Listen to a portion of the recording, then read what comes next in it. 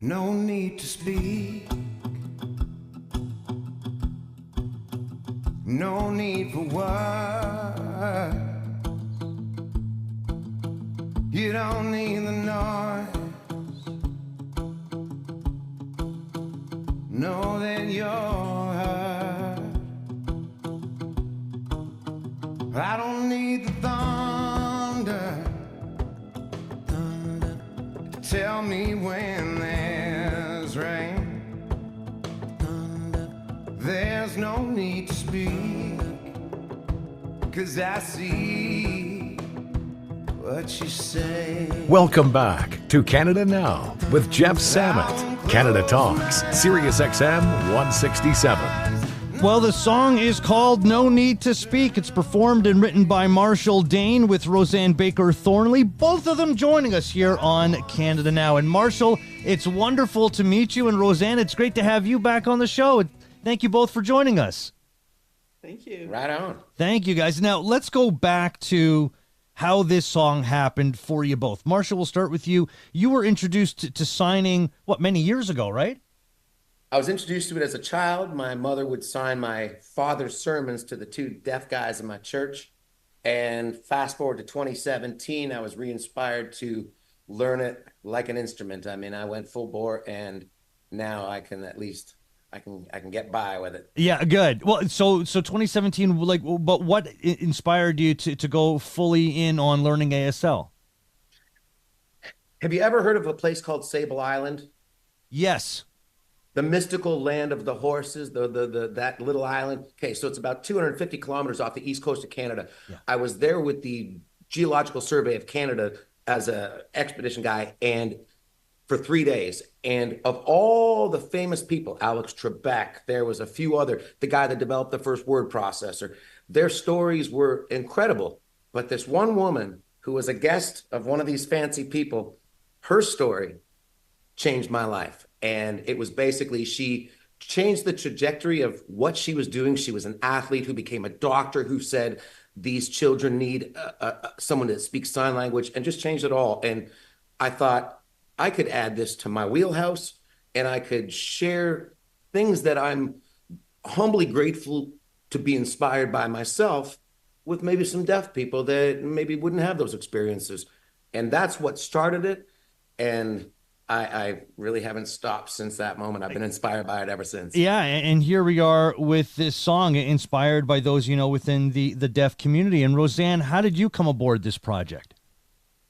I had sent Marshall, because we were friends on Facebook, so I'd sent him a link to my video for Sorry I'm Late, which he got back to me, just said, love the song, it was great. Yeah. And so then I got back to him and said, well, we didn't really know each other outside of Facebook at all, but I'd heard Marshall sing in the past. And I just said, so where are you on co-writing?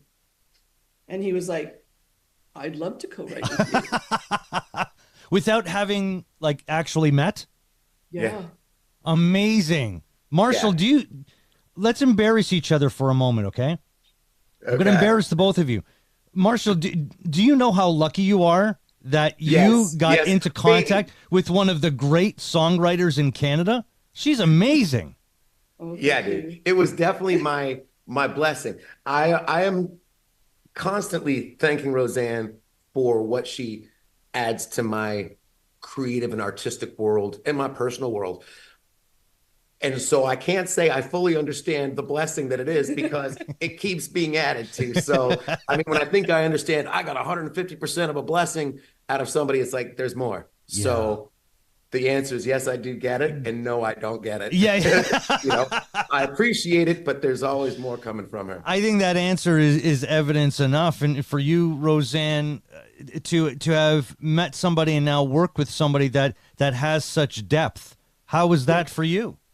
You know what? As a songwriter, it's amazing for me to write with Marshall and to have him emote it. There's so much depth in it. Yeah. And that we're so totally on the same page of me listening to him pace in front of me and sort of spill out thoughts that are in his head. And this song really it came out of a conversation. Originally, I think Marshall thought we might have gone a different direction that day. And I just pulled it back to, tell me more about ASL. Yeah. And we started talking about it. And that was the first write. That was the first song we wrote Amazing. So so there's going to be more because you've written more songs, right? There already is more. Yeah. There is more. There is more. And that's exciting for me because as much as we love this, I know what's behind it as well, as far as what's coming down the pipe. So that's very cool. You're not telling us a whole lot about what's coming down the pipe. You're being very discreet with what you have here, and I can see the excitement in your faces, and the audience can hear the excitement in your faces. What are we talking here? Are we talking like an album, a show, maybe all of the above? What do you have? It's a work in progress. All right. It's a work in progress that has no cap. It has no Yeah. it has no ceiling to it. No. So it's just, I mean, the fun that we have, or the synergy, the energy, the kismet that we share, that comes out here. It comes out in that room over there. Or sometimes we write in this room. Like there's so much of it that it's easy to kind of get excited about the future things, even the things we haven't done yet. Yeah. Because it just shoots so strongly from the heart. Yeah. It's great. That's great. It really is cool. There are possibilities. Who knows what the possibilities might be? So, what's it feel like as songwriters, as artists, to meet somebody new and just click? Because it's not as if you're blank canvases and you're going in with open eyes. Like you all would have had success to this point. You all would have had failure to this point, because that's what happens in life over the course of a number of years. So what's it like with both of your histories to come together and to just find somebody that you really click with? You go. Yeah, It's awesome. It is. It's that breathe. You go. It's such a beautiful feeling. I mean, you wait for somebody. I mean, you're always hoping it's a record company, an exec, something like that is what your initial dream is, because you're by yourself whenever you're starting 16, 15, 17, 19, whatever it is. Yeah.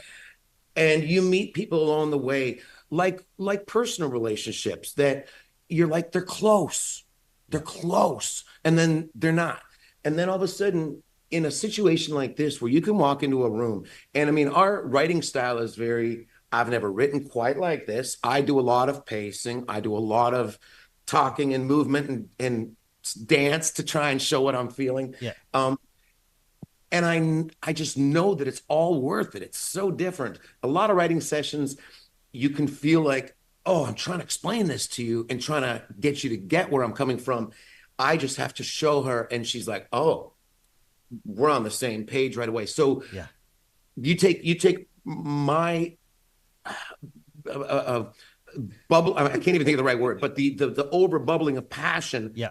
And Rosanne's beautiful way to articulate words and thoughts and feelings into this beautiful sentence, or these beautiful stanzas. Yeah. That it's like finding the right producer. But it's even better than all that, because it's right here at the writing stage. It's such that's my long answer. No, and it's a good one. And Rosanne, I'll let you continue in a moment. But everything we're talking about right now, like with Marshall, with your answer to that question, kind of is, it kind of mirrors No Need to Speak, in that there is this ability to communicate, and it might not be the way that you would typically communicate, but there are other ways. Like you talk so wonderfully in the song, both of you, in writing this song, in how if you can't hear, you are seen, and that we don't have to speak to be heard. And it's amazing how you're talking about the communication that the two of you have, and it's kind of what you're talking about in this song. well, it's also working off of feeling. You can feel the person in the room. Yeah. Right? Yeah. It's like I'm sitting with Marshall and we're talking. I can, even if he's not saying something, I can feel him in the room. Yeah. It's even to the point now, even a few times when you haven't been in the room and we've talked about something, and I'll just get into that space after he might not be here and just start writing down some lines. Yeah. That just so connect with them because I completely understand it. Yeah. Yeah. So it's all that. And it really is, I've said this a few times about co-writing with people. it's all about the willingness from whoever, we'll say two people in this case, to lean in and just be accessible and be vulnerable and to be honest. And all of that makes such a difference. It's the energy from both sides. That's why it's exciting, right? Yeah. Marshall, I wanted to know more about this because you were born into music, into a family of musicians, but your father was a preacher. I'm curious how that might have influenced you to be a storyteller. I used to think that spiritual upbringing didn't affect me when I left the church to pursue music, because my father was just praying that I was going to be a minister like him. And yet it absolutely has permeated the choices of expressions I use, holy water, etc., just different things like that, blessings, grateful. So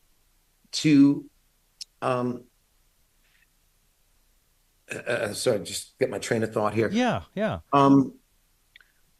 So the storytelling, it was the part of me that I was always doing, and yet there is this essence on stage in the kind of the medium festival world, if you will, that you kind of have to do. You don't talk till the end of song 3 and before you start song 4. And you got to keep their attention, and you got to make sure you go right into the song. Like as soon as the song's done, the drummer's got the kick for the next song.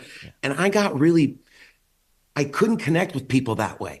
I mean, I can sing and I've got energy. So that part's no problem. And the songs are good, to connect with. But when we came out of COVID, I needed something more. And I just remember going to the very first show. I had the sign language interpreter with me, and I thought, this is so special to me. I'm just going to talk to these people and tell them something that is from my heart, not something that has to be necessarily sappy or well thought out, just something real, and talk to them like they're right in front of me, because they are. And that, ever since then, that was like 2021. I really have just thought, I don't care about the rules of introducing the band on this third song or anything like that. I really just want to talk to the people. And it seems to work for me. And it feels like all those years of training to be a minister, all those years of making little 5-minute speeches, it wasn't that. It was the confidence or the lack of insecurity, I guess, to stand up in front of people and say, I want to just share a silver lining through the journey that's sometimes cloudy. That was it. And so I guess the fact that my father was a minister, that I went through all that work to do that, has kind of crept back out. And now it feels so natural, though. I mean, I'm not a preacher, but I do like to share a positive thing, because just like Rosanne, we've gone through stuff that you've made it through it, and you want to show some people that light. Yeah, it's kind of fun like that. Yeah, well, I think you've achieved this clarity that I think has helped you as a performer, and it certainly has helped you as a songwriter. And, Marshall, I was saying, how lucky you are to have met Rosanne as you did and how you did. But furthermore, to Rosanne, No Need to Speak was produced and arranged by Will Scholar, who also provided background vocals. Ben Pelchat mixed the track, and Will did some work with me very briefly, and Ben has been a good friend who've had on the show a number of times, though I haven't spoken to him in quite a while. But it's quite Rosanne, a wonderful mix of people that you are with. I mean, to work with them as often as you do, to invite others to be part of that group. And I've seen others become part of this close-knit group that you have. It's just such a wonderful circle of people to be in. Never mind just professionally. I mean, personally as well. Well, because there's a lot of depth in everybody that's part of the team, and there's a lot of warmth, and there's trust. Yeah. There's a lot of trust. And Ben says hello, by the way. Oh, good. I was just in the studio with him a couple weekends ago. So. Oh, good. Yeah, no, Ben's a good guy, and we've talked Star Wars a lot because he loves Star Wars. I know. Yeah. So he and I have connected over that. But I've had the pleasure of Ben inviting me into the studio and seeing him work, and being at Kensington, where he's got his own studio now. Yeah. But he was at Kensington for a very long time, and just seeing what a wonderful place it is there to record, and just the history that is there. It just feels like part of this that is bigger is just how music just connects people personally, but connects people professionally. And it's just such a wonderful thing to see that when you have that in common, I think music tends to lower one's guard, kind of the way the two of you have met, where you're thinking about the greater good that is the art, that is the music, and that is the goal. And everybody kind of lowers their guard a little bit so that they can meet up with each other and work together. Well, because there's a trust in there. Yeah. So what I love about teams, and particularly this team, is everybody has their own minutia. Yeah. So when you're in the room, and Ben is obviously, he's focused on producing and mixing and everything, and Will's focused on producing. Marshall's very much connected, mostly in the studio on performing. Yeah. And I'm there also, but I'm very focused on the songwriting always. I mean, it's just coming from the words perspective of, well, what about all that? Yeah. So it's nice to have that team. When you're together. working in a team with Will, Ben, whomever, but I'm mostly thinking about producers with what you both do. Are you able to, how do I say this? Because like for me, if I were doing what you do, and there's no way I possibly could, but if I were doing, I would be a bit of a control freak. With the two of you, are you able to do what you do? And then, because there is that relationship with the producer where the producer has to be able to tell you, no, we got it, we're good. And then the performers have to go, and the songwriters have to go, okay, I trust your judgment on that. We'll let it go. How is that relationship with your producers? What do you bring to that relationship? I would say there's a lot of give and take, like where you're saying as a performer, to have somebody tell you we've got it, well, that's nice. But if I don't feel like I've got it, there's enough respect there for everybody in the room to say, okay, let's try it again. I mean, there's no rush. That's the whole thing too. Right. We're not rushing. It's not like we got 3 hours and it better be done. It's like, you know what, we're into whatever we're into now.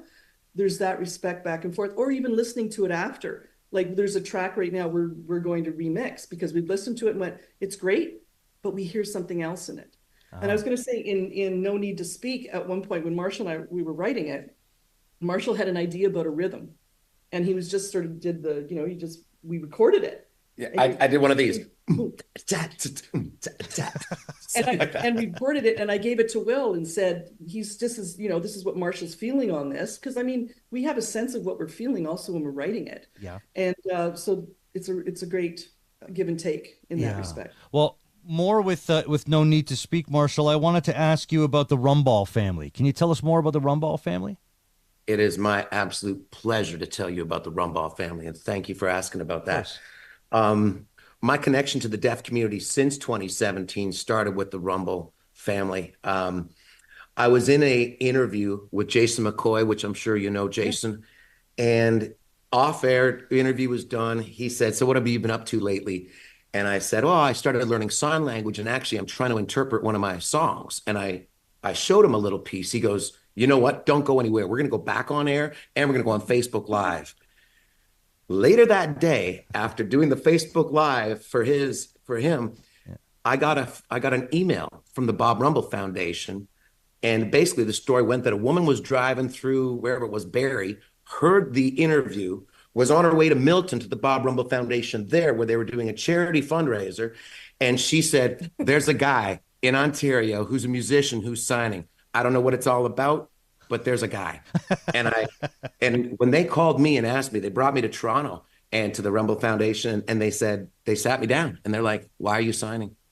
What's your story? Yeah. And I mean, I broke down because it's so emotional to what I wanted to do this for is for insides. It was for me and some deaf people I might encounter. That was all it was, but it fills me up so much that I was just blown away that I was actually having a conversation with them and was able to tell them how inspired I was to learn. And so the Rumble Foundation, they told me about how famous athletes from our own cities out here that will not go to the Rumble Foundation just to do a little charity, show yourself, because they're kind of afraid and they don't know how to work with that Really? that community for some reason, or they're off, whatever that word is. They hesitate. Yeah. I was all over it. So it became a relationship between Derek Rumble, the son of Bob Rumble, and him and myself. He rides motorcycles like me. He plays guitar like me. He likes to write songs like me. He used to have long hair like me, that kind of stuff. And so we just hit it off. And ever since then, I've been able to help bring smiles and a full bore entertainment when I get the chance to do it to any of their events.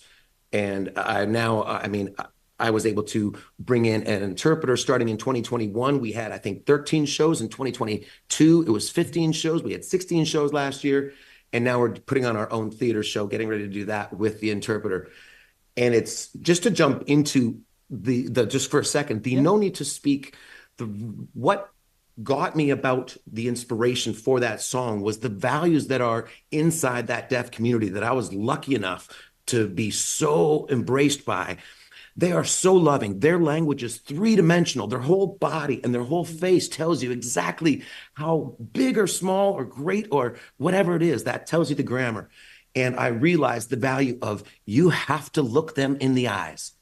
And I don't even look at some of my own friends in the eyes. But now I stare at people because everything that you need to know is sitting right there in their facial expressions. That's right. And it became so important to not turn away, to not turn your back on somebody in the deaf world because you've broken all communication. You can't look at your phone and say, I'm going to text my mom, keep talking. You can't do that. That's You've broken right. it. That's right. So that was where I won't turn away, and all the rest of the beautiful language. Trust these hands of mine. Yeah. Yeah. Stuff. Well, and valuable saying- lessons we all need to, some of us need to learn, but that we also have to keep in mind of as well, because we're all distracted.